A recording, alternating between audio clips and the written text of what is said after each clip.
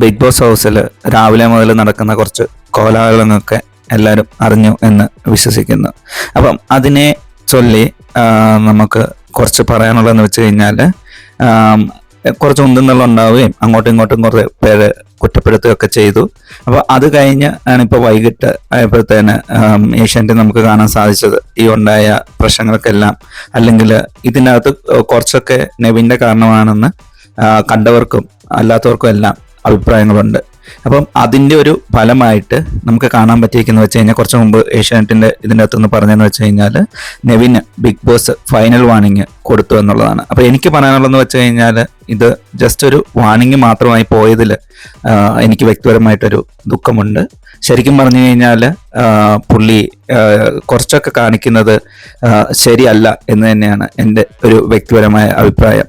എന്തായാലും നമുക്ക് നോക്കാം ഈ ആഴ്ച ലാലേട്ടൻ വരുന്ന എപ്പിസോഡിൽ എന്തായിരിക്കും നടക്കാൻ പോകുന്നതെന്ന്.